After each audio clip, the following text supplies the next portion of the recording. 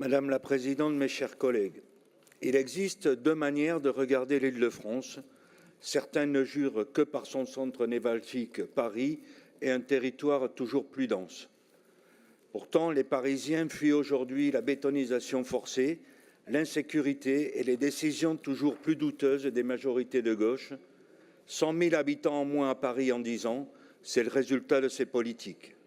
Et puis, il y a les autres, nous, élus de tous les territoires issus de la ruralité, oubliés, longtemps méprisés et oubliés par les majorités précédentes, cette ceinture verte francilienne est aujourd'hui particulièrement convoitée par les franciliens.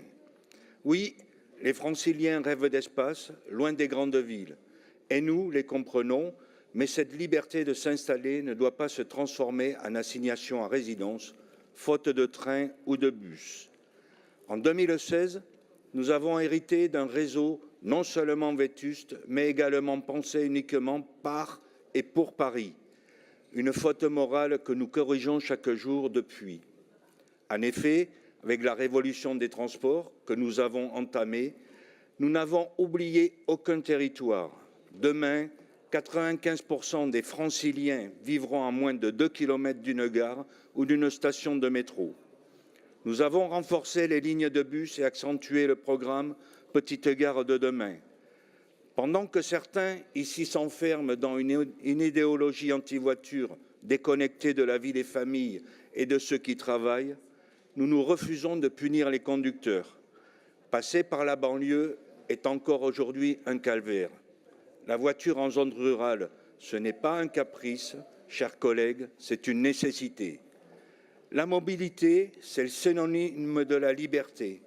C'est la liberté pour un jeune de 18 ans sans permis, sans voiture, de ne pas rester bloqué dans son village. C'est la liberté pour nos 123 communes rurales de rester vivantes. C'est la liberté de ne pas se ruiner en traversant notre région grâce à notre révolution billettique, tant critiquée par une gauche qui n'a jamais rien fait pour le pouvoir d'achat des franciliens. Madame la Présidente, nous avons déjà beaucoup fait et nous continuerons.